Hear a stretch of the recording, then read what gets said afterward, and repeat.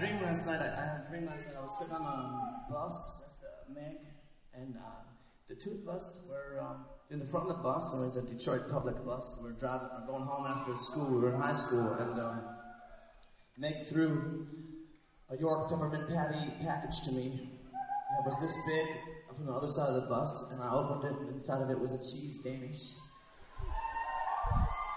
And I don't like cheese Danishes. I've never seen Meg eat one either. I don't know what she would throw that to me for, but I took it out, and a bunch of people were on the back of the bus, and somebody yelled out to me and said, "Hey, how come you don't share that with the rest of us?" I said, "Okay." And I got up and I went to the back, and I said, "Here," and I handed her a piece. I handed the cheese Danish to her. I said, "Take a piece if you want." I said, "No, I didn't mean that. I didn't mean that I wanted to." You could give it to me, get up, and then it started laughing at me because I did it. I said, "Well, I'm here, I'm offering a piece." So she took a piece, fine, and I said, "Anybody else want one?"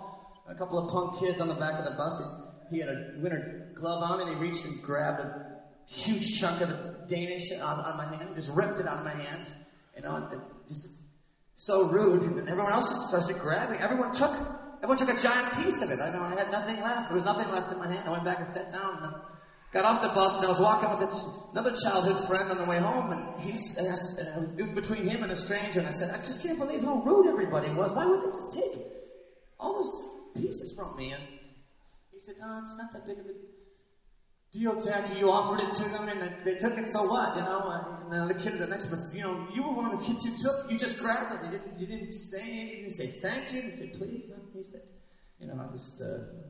"I don't want to talk about it." He said, "I don't want to talk about it."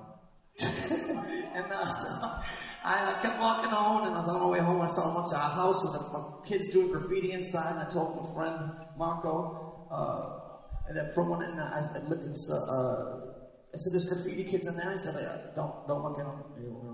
They might get mad at us." And then I said, he said, "Hey, you got any more of that Danish left?" And then I produced yet another one from nowhere, and I said, "Sure." And then I looked underneath him, and underneath this cheese Danish was a very thin blueberry Danish. And I gave him, I said, "Here, take the blueberry one. I'll have the cheese one. That's fair, right?"